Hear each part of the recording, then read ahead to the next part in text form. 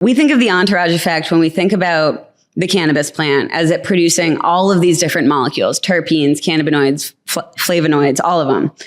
But then how we consume cannabis changes that entourage.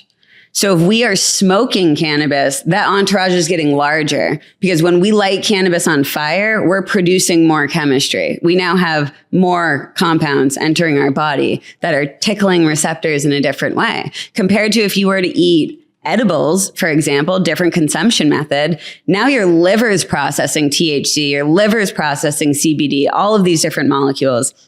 And it's changing them in a different way.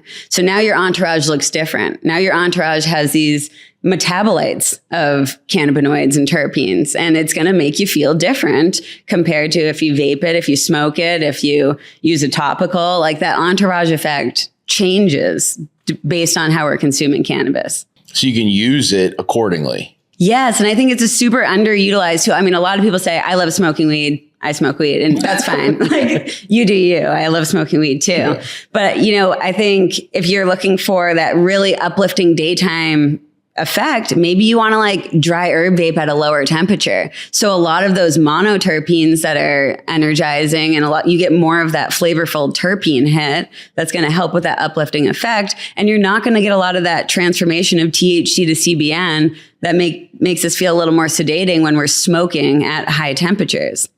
So I think there are ways to kind of curate your experience with both the strains that you're using and the consumption method that you're using. But that's also can get a little expensive if you're like, okay, have your edibles, have your dry herb vape, have your concentrates, have your smoke.